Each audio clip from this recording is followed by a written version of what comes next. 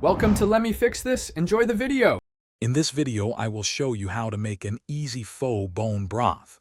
This simple method ensures a deeply flavorful and aromatic broth without unnecessary complications. We will cover preparing the bones, toasting the essential spices, and the crucial simmering process.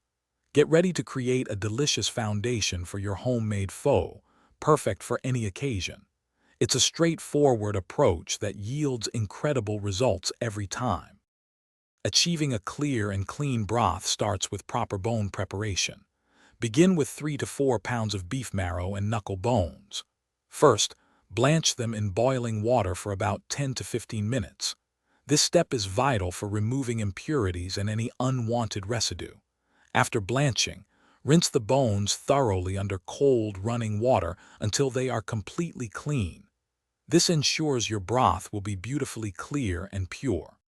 The heart of pho lies in its aromatic spices. Gather essential whole spices like star anise, cloves, a cinnamon stick, and black cardamom pods. Gently toast these in a dry pan over medium heat for 2 to 3 minutes until fragrant. This simple step significantly enhances their flavor. Additionally, char 1 large onion and a 3-inch piece of ginger directly over a flame or under a broiler. These aromatics infuse the broth with its signature warmth. Now for the final, most rewarding step, simmering the broth. Combine your prepared bones, toasted spices, and charred aromatics in a very large stock pot.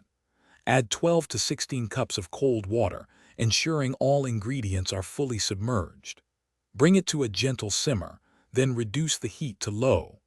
Allow the broth to simmer uncovered for at least 6 to 8 hours, or even longer for the deepest, most complex flavors. Skim any foam that rises to the surface for a pristine finish. Thanks for watching. If you found this helpful, don't forget to like and subscribe.